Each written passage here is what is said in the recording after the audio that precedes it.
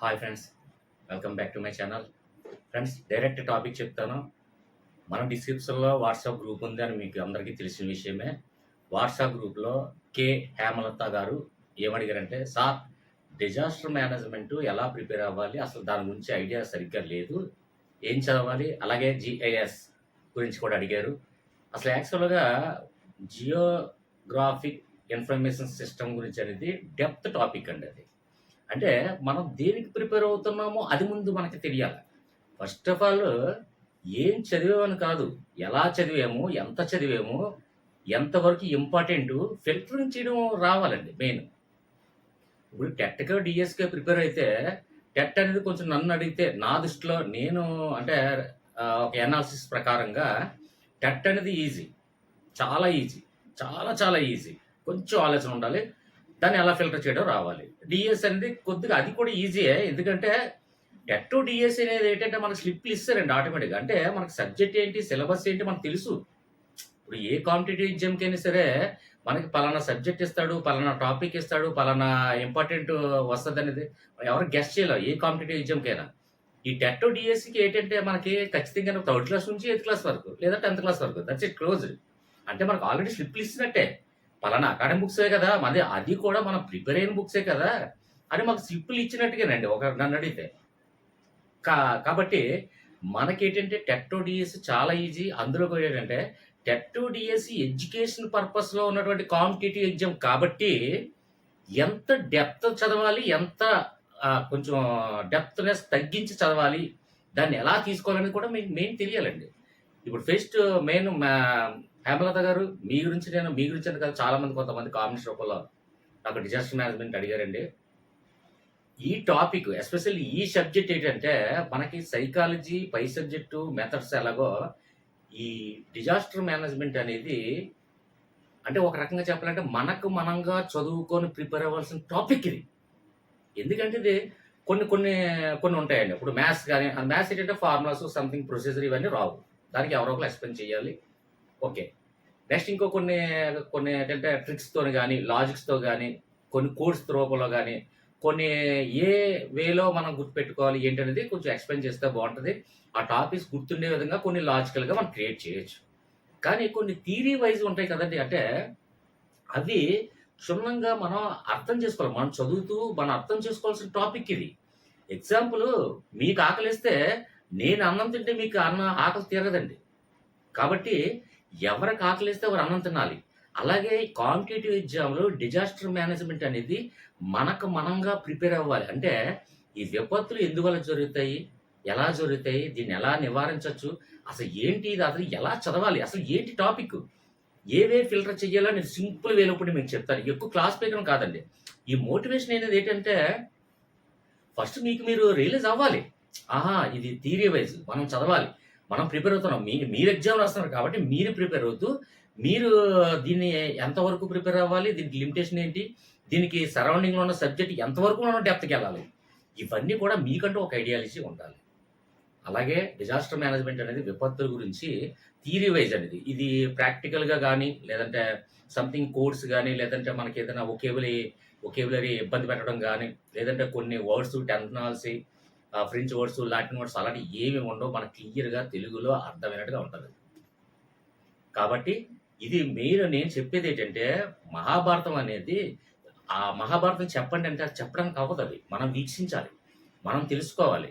అలాగే ఈ disaster management అనేది ఏంటంటే కంప్లీట్‌గా మనం ఇండివిడ్యువల్‌గా చదవాలి. ఇది సబ్జెక్ట్ చెప్పడానికి మీకు ఎక్కడైనా డౌట్స్ ఉంటే అంటే ఐ మీన్ ఏంటంటే, సార్ నాకు పలానా టాపిక్ అంటే నాకు అది అందులో ఎస్పెషల్లీ ఏంటంటే ఆ వర్డ్ నాకు తెలీదు. ఎక్స్‌ప్లెయిన్ చేస్తాను రండి. లేదా దాని సరౌండింగ్ ఎంతవరకు మనం ప్రిపేర్ అవ్వాలి రండి ఎక్స్‌ప్లెయిన్ చేస్తాం. అంతేగాని ఫస్ట్ ఆఫ్ ఆల్ ఏంటంటే డిజాస్టర్ మేనేజ్మెంట్ అంటే విపత్తు నుంచి మనకు మనంగా తెలుసుకోవాల్సిన సబ్జెక్ట్ ఇది. నేను సరౌండింగ్ ఎంతవరకెళ్ళాలి, ఎలా ఎళ్ళాలి క్లియర్‌గా నేను ఇప్పుడు చెప్తాను. దాన్ని ఫాలో అయిపోండి. ఓకేనా? డెప్త్‌గా చెప్పడానికి అవ్వదు. ఎందుకంటే మరీ లెంతీ 1 అవర్, 2 అవర్ దాటి వెళ్ళిపోద్ది. కాబట్టి దీనికి నేను చెప్తున్నాను కొద్దిగా కాన్సంట్రేషన్ చేయండి. ఇది క్లియర్ ఈజీ సబ్జెక్ట్ కాబట్టి మనకేంటంటే ఆ స్వచ్ఛమైన తెలుగులో ఉంటది. అలాగే పదాలు ఇవన్నీ ఉచ్చరించే భాష ఇవన్నీ కూడా క్లియర్‌గా మనకు అర్థమైనటువంటి వాక్యాలు కాబట్టి, నేను సరౌండింగ్ ఎక్కడి నుంచి ఎంతవరకు డెప్త్‌గెళ్ళాలి, ఎక్కడి వరకు ఆపితే చాలు అనేది నేను క్లియర్‌గా చెప్తాను. ఓకేనా? Right continue. మనకి ఫ్రెండ్స్ ఇక్కడ విపత్తులు అనేది ఏంటంటే సింపుల్, అంటే ఎగ్జాంపుల్ ఏదైనా ప్రమాదం జరిగినప్పుడు, ఐ మీన్ ఏంటంటే మనకి అనుకోని సంఘటనల వల్ల, అనుకోని ప్రమాదాల వల్ల మనకి విపత్తులు అనేది ఏంటంటే ఆర్థికంగా కానీ ప్రాణ నష్టపరంగా కానీ ఏదైనా తీవ్రత జరిగిన పరిణామాలు ఏర్పడితే వాటిని మనం విపత్తులు అంటాం, డిజాస్టర్ మేనేజ్మెంట్. ఇది మనకి ఇందులో అర్థం కాలేదు సార్ అన్నది ఏం లేదు. కాకపోతే ఎక్కడి నుంచి టాపిక్ వెళ్ళాలో ఎలా ఎంతవరకు ఆపాలని నేను ఎప్పుడు చెప్తాను. ఇందులో అర్థం కానిది ఏమీ లేదు. మామూలుగా ఇది ఏంటంటే జస్ట్ ఇన్ఫర్మేషన్ గురించి మీకు జస్ట్ అంటే హ్యాజర్డ్ అనేది ప్రమాదాల గురించి. అంటే ఎగ్జాంపుల్ ప్రమాదాలు ఏమేమి జరుగుతాయి, దానివల్ల ఏంటండి ప్రమాదం జరిగితే ఏం జరుగుతుందండి, అయితే ఆర్థికంగా జరుగుతుంది లేదా ప్రాణ నష్టపరంగా జరుగుతుంది. ఈ రెండు ఒకటి గుర్తుంటే చాలు. నెక్స్ట్ ఇక్కడ చూడండి, మనకి ప్రమాదాలు మెయిన్ ఏంటంటే కొన్ని మామూలుగా ఇంట్రడ్యూస్ చేయడానికి అంతే. భూకంపాల ద్వారా ప్రమాదాలు జరుగుతాయి. నెక్స్ట్ వరదలు, అగ్ని ప్రమాదాలు, తుఫాన్లు, సునామీలు, సంథింగ్ ఇలాగా ఏదైనా అనుకోని సంఘటనలు జరిగి ఆ పరిణామాలు జరుగుతున్నప్పుడు ఆర్థికంగా నష్టం కానీ ప్రాణ నష్టం కానీ జరుగుతున్నప్పుడు మనం వాటిని ఏమంటాము, డిజాస్టర్ మేనేజ్మెంట్ అంటాం. దాన్నే విపత్తులు అంటాం. ఇది సింపుల్గా ఇది అర్థమంది. ఓకే, ఇప్పుడు ఒక్కొక్క పాయింట్ వేసి నేను చెప్తాను. అది ఎంత డెప్త్కి వెళ్ళాలి, ఎంత డెప్త్కి వెళ్ళకూడదు అనేది తెలుసుకున్న కూడా ఇంపార్టెంట్. దాని సరౌండింగ్ నేను చెప్తాను చూడండి, దాని దశలు చెప్తాను మొత్తం అన్ని. ఆ టాపిక్స్ ఎంతవరకు వెళ్ళాలి, ఏ టాపిక్స్ నుంచి వస్తాయని కూడా నేను చెప్తాను. ఓకేనా, next continue. Okay friends, continue. ఇక్కడ నుంచి అసలైన సబ్జెక్టు ఎంతవరకు డెప్త్గా తీసుకెళ్ళాలి, ఎంతవరకు డెప్త్గా వెళ్ళకూడదని ఇప్పుడు నేను చెప్తాను చూడండి. ఫ్రెండ్స్, నేను చెప్పేది ఏంటంటే ముఖ్యంగా హేమలత గారు, మీరు ఎస్సీ తెలీదు, ఎస్జిటి నాకు తెలీదు, కానీ మనకి టెట్ నుండి డిఎస్సి నుండి వస్తున్నటువంటి డిజాస్టర్ మేనేజ్మెంట్లో ఎక్కడ వరకు చదవాలనేది సింపుల్గా నేను చెప్తాను చూడండి. ఆ టాపిక్స్ ఇవి మీకు అందరికీ తెలిసిన పదాలే, తెలిసినవే. కాకపోతే ఈ టాపిక్స్ గురించి మనం ఎలా తెలుసుకోవాలి, ఎంత డెప్త్కి వెళ్ళాలో డిస్కస్ చేద్దాం. మనకి ఫస్ట్ ఆఫ్ ఆల్ విపత్తులు అనేది రెండు రకాలు. అందులో సహజ విపత్తులు, అంటే అందులో సహజ విపత్తుల్లో ఎగ్జాంపుల్స్ అంటే ఇవి కాకుండా ఇంకా లేవా అంటే ఉన్నప్పటికీ కూడా మోస్ట్లీ మనకి డిజాస్టర్లో ఉన్నటువంటి ముఖ్యమైనటువంటి అంశాలు ఇవి. అందులో ఫస్ట్ భూకంపం. భూకంపం అనగానే భూకంపం కొలిచే సాధనం ఏంటి అని అడుగుతారు. ఓకే, భూకంపం వల్ల ఫలానా దగ్గర ఇప్పుడు జపాన్లో భూకంపం కానీ, సంథింగ్ మన రీసెంట్గా ఏర్పడిన భూకంపం కానీ, ఇలాంటి విపత్తులు. అలాగే మనకి ఎందులోకి వెళ్తుందంటే మన కరెంట్ అఫైర్స్లో కూడా వెళ్ళే అవకాశం ఉంటుందండి. కరెంట్ అఫైర్స్ వెళ్ళే అవకాశం ఉంది, జనరల్ నాలెడ్జ్లోకి వెళ్ళే కూడా, అంటే స్టాండర్డ్ జీకేలోకి వెళ్ళే అవకాశం ఉంది. అలాగే ఈ విపాతల డిజాస్టర్లో కూడా వెళ్ళే ఉంది. మూడింటికి కూడా సంబంధం ఉంది, అది గుర్తుపెట్టుకోండి. ఓకేనా, ఇక్కడ భూకంపం అనగానే భూకంపంలో ఉన్నటువంటి కొలిచే సాధనాలు ఏంటి, నెక్స్ట్ భూకంప తీవ్రతతో పాటు భూకంపం ముందుగా ఏర్పడడానికి కావాల్సినటువంటి టెక్నాలజీ ఏం ఉపయోగిస్తున్నారు, టెక్నాలజీ, అవన్నిటి కూడా సంబంధం ఉంటుంది. అది మనం తెలుసుకోవాలి. భూకంపం అనేది విపత్తులు, భూకంపం వల్ల ప్రాణ నష్టం జరుగుతుంది, ఆర్థిక నష్టం జరుగుతుంది అనే విషయం మనకు అందరికి తెలిసిన విషయం. ఇంకా అందులో విపత్తులు మనం తెలుసుకోవాల్సింది ఏముంది అంటే, భూకంపం గురించి జరిగినా జరగకపోయే ముందు మనం ఏం చేయాలి, నివారణల గురించి అవన్నీ నెక్స్ట్ టాపిక్ వెళ్దాం. అంటే భూకంపం ఒక టాపిక్ ఎత్తినంటే భూకంపాన్ని కొలిచే సాధనం ఏంటి, భూకంపం రాకుండా ముందుగా మనం పసిగట్టడానికి ఉపయోగించే నెట్వర్క్ ఏంటి, అందులో ఏ దేశం ఏ స్థాయిలో ఉంది, మన ఇండియా ఏ స్థాయిలో ఉంది, వరల్డ్ ఏ స్థాయిలో ఉంది, భూకంపాల గురించి ఎక్కడ మనకి స్టేట్ వైజ్ ఎక్కడ మన భూకంపాన్ని తెలియచేసే పరికరాలు కానివ్వండి, ఆ పరికరాలు ఏవేవి ఉందో పరికరాలు. ఇప్పుడు ఎగ్జాంపుల్ భూకంపం కొలిచే సాధనాలు ఏంటి, సిస్మోగ్రాఫ్, సంథింగ్, ఇంకా ఒకటే కాదు, ఇంకా అనేక ఉన్నాయి. అంటే ఇప్పుడు ఎగ్జాంపుల్ ఒక తుఫాన్ ఉంది, తుఫాను కొలిచే సాధనం ఏంటి, ఎనిమోమీటర్ అనుకుందాం. ఎనిమోమీటర్ అయినప్పటికీ కూడా దాని గురించి, తుఫాను గురించి కంప్లీట్గా మన సమాచారం కావాలి. ఇక ఈ టాపిక్ వచ్చినప్పుడు నేను చెప్తాను. అయితే ఇక్కడ భూకంపం గురించి దాన్ని కొలిచే సాధనము, మన పొజిషన్ ఏంటి, మన ఇండియా పొజిషన్ ఏంటి, మన ఆంధ్రప్రదేశ్లో భూకంపాన్ని ఎక్కడన్నా ఏదన్నా మనకి సంస్థలు నెలకొల్పబడిందా, ఇలా సంథింగ్. అంటే భూకంపాన్ని కొలిచే సాధనాలు, భూకంప తీవ్రత, దాని తీవ్రతను పసిగట్టే విధంగా ఇప్పటి వరకు ఎన్ని భూకంపాలు అయ్యాయి, ఎక్కడెక్కడ ఇంపార్టెంట్ భూకంపం అయింది, అలాగే భూకంపాల్లో ఎక్కువ ప్రాణ నష్టం కానీ ఆర్థిక నష్టం జరిగిన సంఘటనలు ఎక్కడ జరిగాయి, అది ఏ దేశంలో జరిగాయి, దాన్ని నివారించడానికి ఇప్పుడు ఏం వరకు ఎంత స్థాయిలో నెట్వర్క్ ఉపయోగించామో, భూకంపాన్ని ముందుగా పసిగట్టడానికి కోసం మనం ఏంటైతే నెట్వర్క్ ఉంది, అలాగే దాని గురించి కమ్యూనికేషన్స్, టెలికమ్యూనికేషన్ కానివ్వండి, నెక్స్ట్ ఏంటంటే జియోగ్రాఫిక్ ఇన్ఫర్మేషన్ సిస్టమ్ కానివ్వండి, ఏదైనా ఎంతవరకు దాన్ని మనం యూటిలైజ్ చేసుకోగలుగుతున్నాము, వరల్డ్ ఎలా యూటిలైజ్ చేసుకోగలుగుతుంది, ఆసియా ఖండం ఎలా యూటిలైజ్ చేసుకుంటుంది, మన ఇండియా ఎలా యూటిలైజ్ చేసుకుంటుంది, భూకంపం గురించి మనకి జరిగే సంఘటనలు, దానికి సంబంధించిన నెట్వర్క్, భూకంపం రాకుండా మనం ఏ అదుపుగా చేయగలుగుతున్నాము, ఒకవేళ ముందుగా తెలిస్తే మనకు దానికి ఏ నివారణ చేసుకోవాలి, ఇవన్నీ కూడా భూకంపాలకు సంబంధించినటువంటి టెక్నాలజీతో సహా మనకు తెలుసుకుంటే చాలు. ముఖ్యమైన సంఘటనలు అంటే ఎక్కువ మంది ప్రాణ నష్టం, తక్కువ మంది ప్రాణ నష్టం, స్కేల్ మీద భూకంపం కొలిచే స్కేల్ మీద ఎక్కువ పర్సంటేజ్ నమోదయ్యిన భూకంపం ఎప్పుడు జరిగింది, ఇలాంటి ముఖ్యమైన సంఘటనలు అన్నీ కూడా డిజాస్టర్ మేనేజ్మెంట్లో అడిగే సందర్భాలు ఉంటాయి. Okay, next tsunami. సునామీ అనగానే అంటే ఏమిటి అంటే సముద్రం లోపల ఏర్పడినటువంటి భూకంపము, దాని గురించి డెప్త్గా టాపిక్. అలాగే సునామీ ఎన్నిసార్లు రావడం జరిగింది, సునామీ వల్ల ఆర్థిక నష్టం ఎంత జరిగింది, ప్రాణ నష్టం ఎంత జరిగింది, రీసెంట్గా ఎప్పుడు జరిగింది, సునామీ రాకుండా ఉండడానికి కావాల్సినటువంటి ఏదైనా టెక్నాలజీ ఏమనుందా, కమ్యూనికేషన్ ఏమనుందా, అది వరల్డ్లో ఫస్ట్ ఎక్కడ నెలకొల్పబడింది, ఇండియాలో ఎక్కడ నెలకొల్పబడింది, అలాగే మన హైదరాబాద్లో కూడా సునామీ గురించి ఉంది కదా, సునామీలో హైదరాబాద్లో ఉన్నటువంటి, అలాగే ఇండియాలో ఎక్కడెక్కడ సునామీ కేంద్రాలు ఏర్పడ్డాయి, అలాగే మన ఏపీ కానీ తెలంగాణలో కానీ పరిసర ప్రాంతాల్లో సునామీ కేంద్రం ఎక్కడ ఏర్పడింది, హైదరాబాద్లో ఉంది.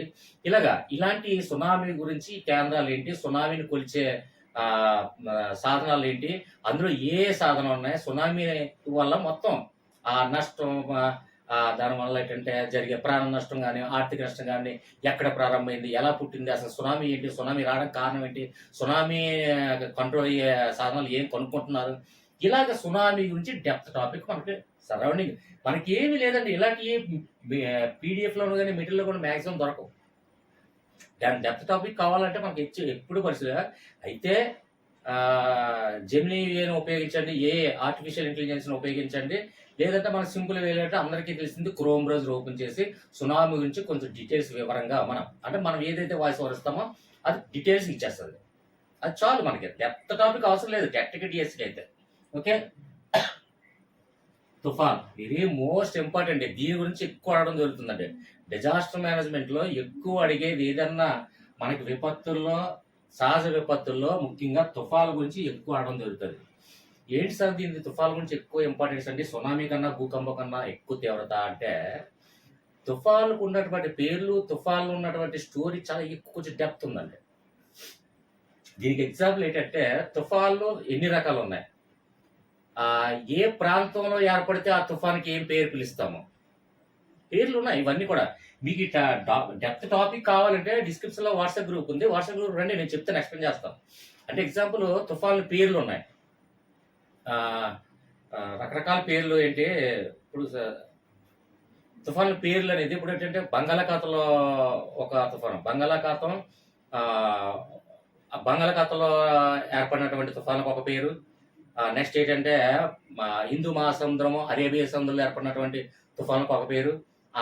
అలాగా సంథింగ్ ఒక్కొక్క సముద్రంలో ఏర్పడినటువంటి, అట్లాంటిక్ సముద్రంలో ఏర్పడినటువంటి తుఫాన్ల పేరేంటి, పసిఫిక్ మహాసముద్రంలో ఏర్పడినటువంటి తుఫాన్ల పేరేంటి, ఇలాంటి తుఫాన్లు ఇవన్నీ కూడా మనకి చాలా చాలా వరకు పేర్లు, అనేక రకమైన పేర్లు ఉన్నాయి.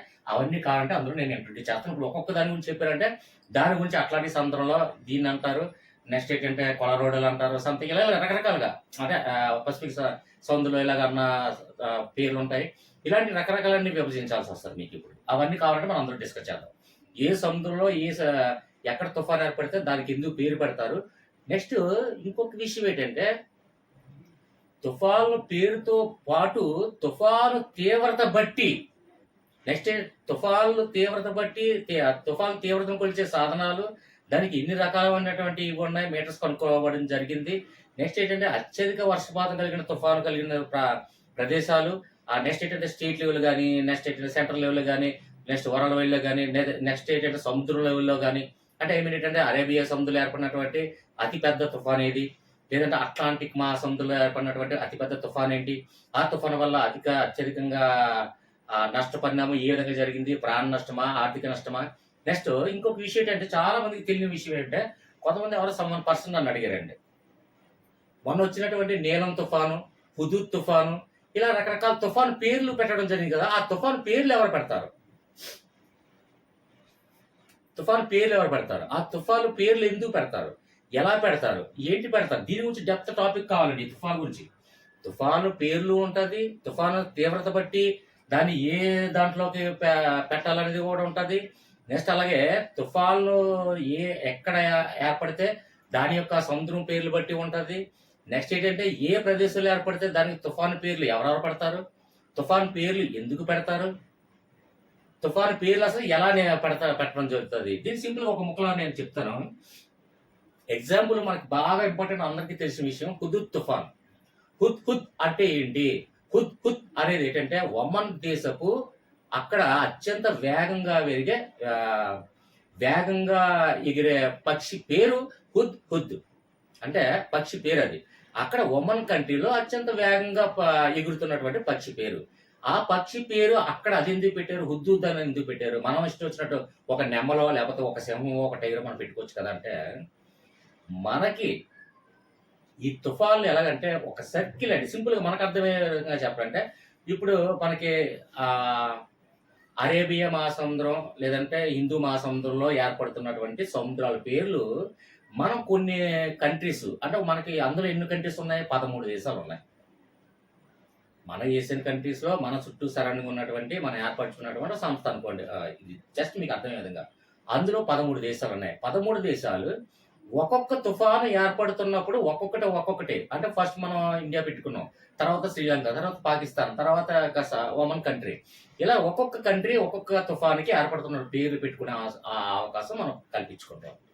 పేర్లు ఎందుకు పెట్టుకుంటాం సార్ అంటే పేర్లు పెట్టుకోవడం ఏంటంటే ఏ తుఫాను ఎంత తీవ్రత ఏర్పడింది, ఆ తుఫాను యొక్క నష్టం ఏంటి, ఆ తుఫాను ఎంత ప్రాణ నష్టం కలిగింది మన ఆ పేర్లు చెప్తేనే కదా పలానా తుఫాను. ఇప్పుడు హుదూద్ తుఫాను ఎంతో అత్యంత తీవ్ర నష్టం జరిగింది. ప్రాణ నష్టం, ఆర్థిక నష్టం, కొన్ని వేల కోట్ల నష్టం జరిగింది. కాబట్టి ఇలాంటి ఆ తుఫాను పేరు అదే పేరు పెట్టలేదు అనుకోండి, ఏ తుఫాను అని పిలుస్తాం? ఎక్కడ ఏర్పడిందని పిలుస్తాం? అది ఎలా తెలుస్తుంది మనకి? దాని తీవ్రత ఎలా ఉందని తెలుస్తుంది. తెలియదు కాబట్టి మనకి ఒక్కొక్క కంట్రీకి ఒక్కొక్క ఛాన్స్ ఇస్తే మన కంట్రీకి వచ్చేటప్పుడు మనం అలాగే ఒమన్ కంట్రీకి ఆ హుదూద్ తుఫాన్ ఏర్పడినప్పుడు ఒమన్ కంట్రీకి వచ్చింది ఆ ఛాన్స్, పేరు పెట్టుకునే ఛాన్స్. కాబట్టి అది అత్యంత ఆ తీవ్రతను బట్టి చాలా ఎక్కువ తీవ్రత ఉంది, చాలా వేగంగా గాలి వీచేది కాబట్టి ఆ ఒమన్ కంట్రీ వాడు అత్యంత వేగమైన పక్షి, ఆ దేశపు పక్షి హుద్ అనే పక్షి పేరు పెట్టుకొని ఆ తుఫాన్కి పెట్టడం జరిగింది. అలాగా తుఫాన్కి ఇందులో ఉన్నటువంటి ఇప్పుడు కొన్ని సంస్థలు ఉంటాయి. ఏంటంటే వరల్డ్ వైడ్ సంథింగ్ ఇలాంటి పేర్లు పెట్టి ఇవి ఉన్నాయి కదండి. ఇవన్నీ గుర్తురావు.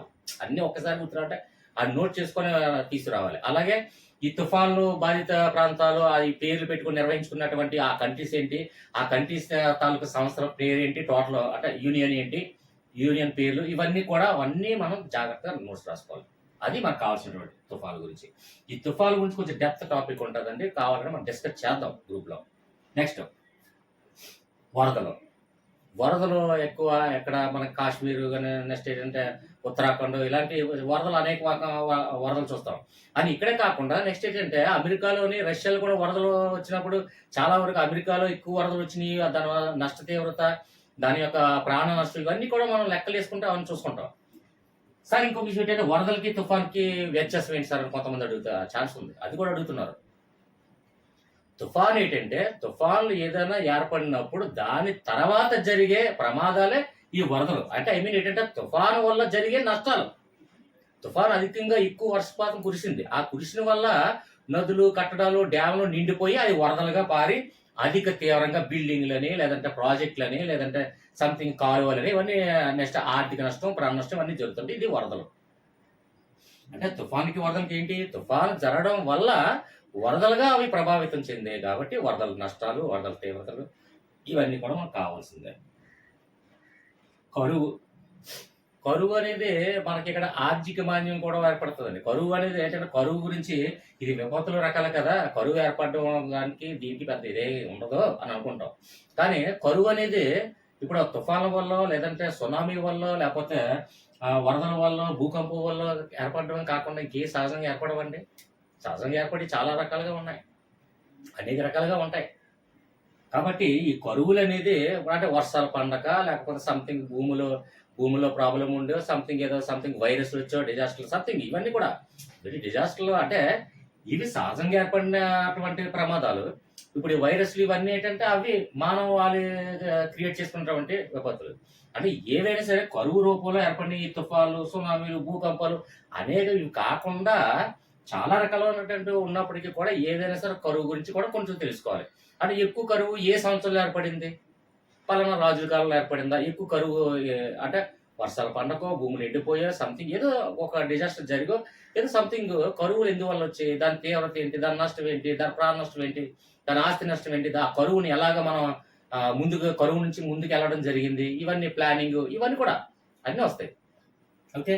నెక్స్ట్ కొండ చర్యలు. కొండ చర్యలు ఎక్కడెక్కడ కొండ చర్యలు ఇరుగు పడిపోయిన తర్వాత ఎంత ఆర్థిక నష్టం, ఎంత ప్రాణ నష్టం, ఎక్కువ ఏ సందర్భాల్లో, ఏ రాష్ట్రాల్లో, ఎలాంటి సీజన్‌లో, ఎలాంటి పరిస్థితుల్లో ఇయి ఏర్పడుతున్నాయి ఇవన్నీ కూడా మనకి ఇంపార్టెంట్‌గా తెలుసుకోవాలి. నెక్స్ట్ అగ్నిపర్వత విస్ఫోటనం. అగ్నిపర్వత విస్ఫోటనం అనగానే, అగ్నిపర్వతాలు అనగానే మనకు ఫస్ట్ వచ్చేది జపాను. జపాన్ గురించి కొంచెం హిస్టరీ. అగ్నిపర్వతాలు దాని ఏర్పడడం వల్ల ఆ లావా ఆటిలి యొక్క పేర్లు, ఆ లావా ఎందుకు ఏర్పడతది? ఆ లావా వల్ల ఏంటి లాస్ ఏంటి? ఇవన్నీ కూడా క్షుణ్ణంగా అంటే అగ్నిపర్వతాల గురించి క్షుణ్ణంగా కొంచెం తెలుసుకోవాలి. కొంచెం అగ్నిపర్వతాలు కొలిచే సాధనాలు గాని, అగ్నిపర్వతాలు నిర్మూలించే సాధనాలు గాని, దాని గురించి ఏం కొనుక్కుంటున్నారు? దాని వరల్డ్‌లో ఎంతవరకు ముందుకెళ్ళింది? మన ప్రస్థానం ఏంటి? టెక్నాలజీ ఎలా ఉపయోగిస్తున్నారు? ఇవన్నీ కూడా నెక్స్ట్ హేమలత గారు జీఎస్ అంటే జియోగ్రాఫిక్ ఇన్ఫర్మేషన్ సిస్టమ్ అనేది కమ్యూనికేషన్ సంబంధించింది.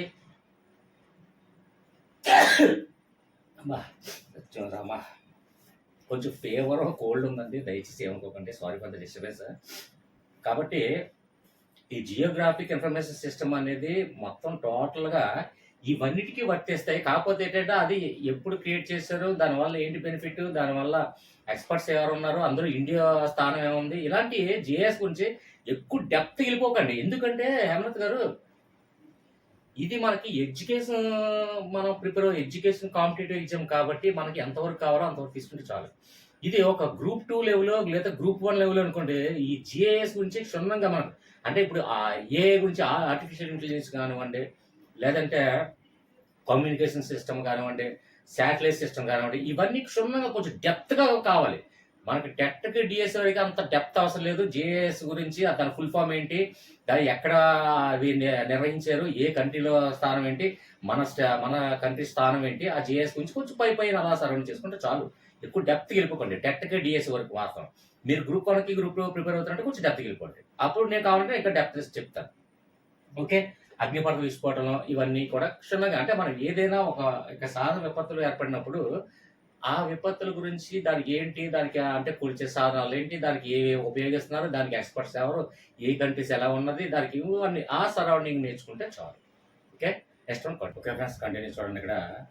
ఇప్పటి వరకు మనకి విపత్తుల్లో ఉన్నటువంటి సహజ విపత్తుల రకాల గురించి మనం తెలుసుకున్నాము.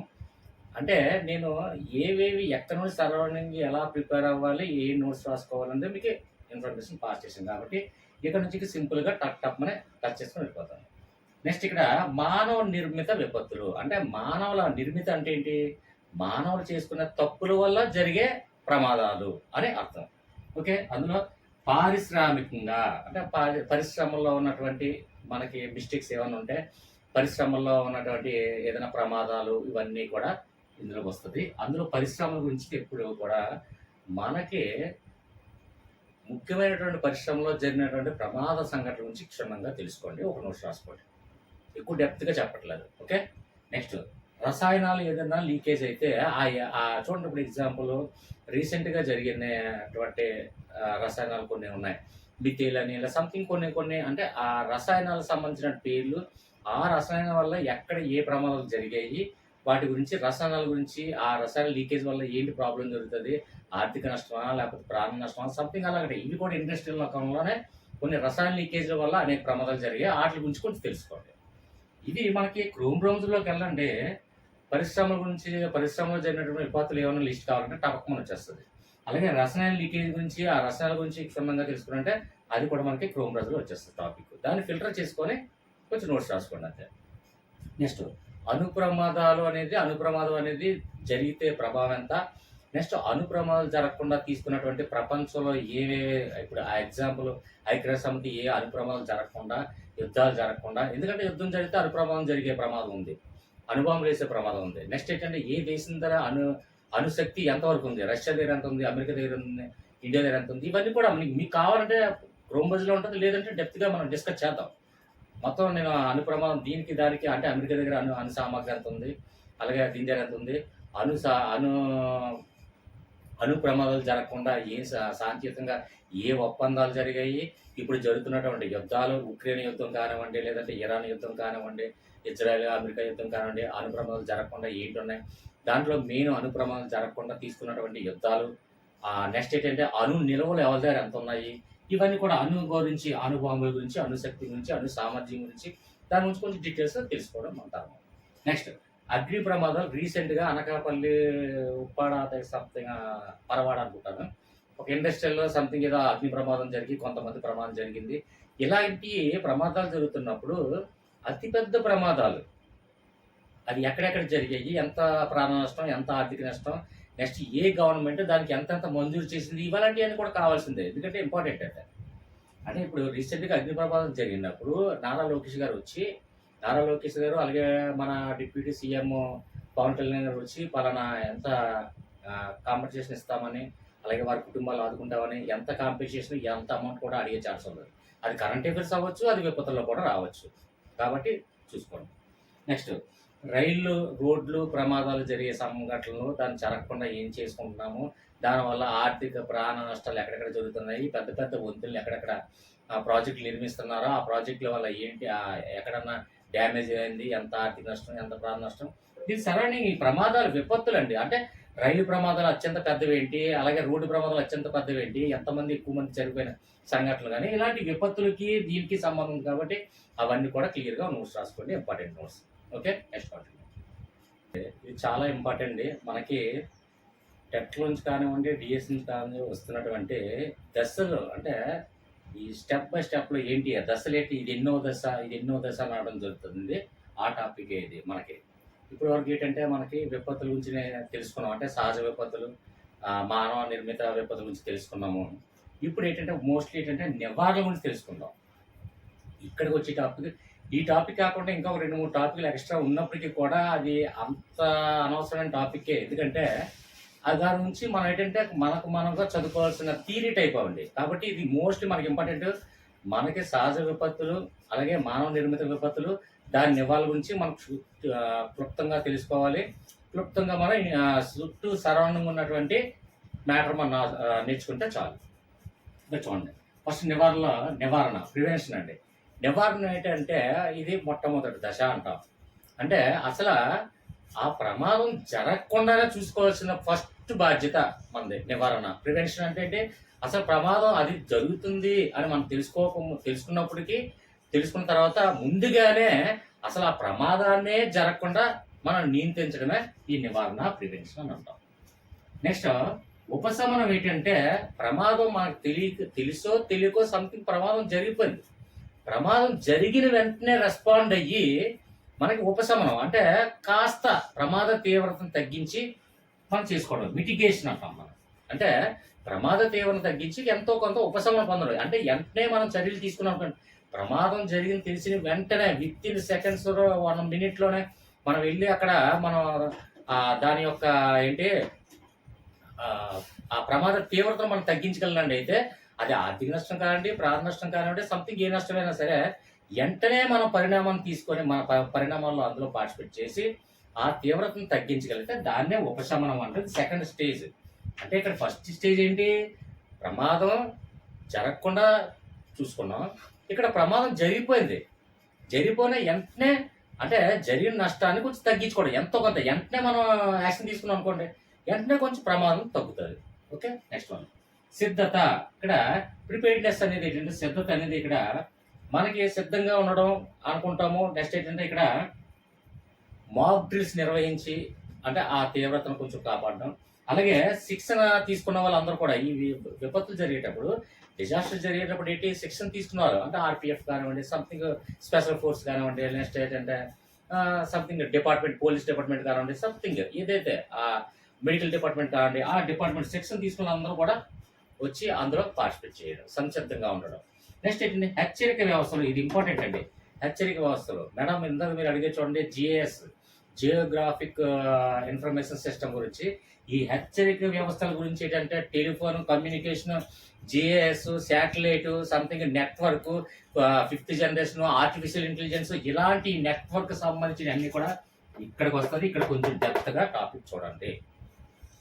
అంటే దీనికి ఇంకా ఇంట్రడక్షన్ కావాలంటే ఇంకా డెప్త్గా ఇవ్వాలంటే మొబైల్ ఫోన్లు, నెక్స్ట్ ఏంటంటే రేడియోలు, నెక్స్ట్ ఏంటంటే సోషల్ నెట్వర్క్, ఐ మీన్ ఏంటంటే మనకి ఇప్పుడు ఇన్స్టాగ్రామ్ కానివ్వండి, యూట్యూబ్ కానివ్వండి, నెక్స్ట్ ఏంటంటే క్రోమ్ కానివ్వండి, ఇంటర్నెట్ కానివ్వండి, మొబైల్ కానివ్వండి, నెక్స్ట్ ఏంటంటే శాటిలైట్ కానివ్వండి, కమ్యూనికేషన్ కానివ్వండి, ఆర్టిఫిషియల్ ఇంటెలిజెన్స్ కానివ్వండి, లేదంటే జియోగ్రాఫిక్ ఇన్ఫర్మేషన్ సిస్టమ్ కానివ్వండి, సంథింగ్ మనకి అన్ని పద్ధతుల్లోని మనకి హెచ్చరికలు జారీ చేసే పద్ధతులు ఎన్ని రకాలైతే ఉన్నాయో అన్ని రకాల గురించి క్షుణ్ణంగా తెలుసుకోవాలి.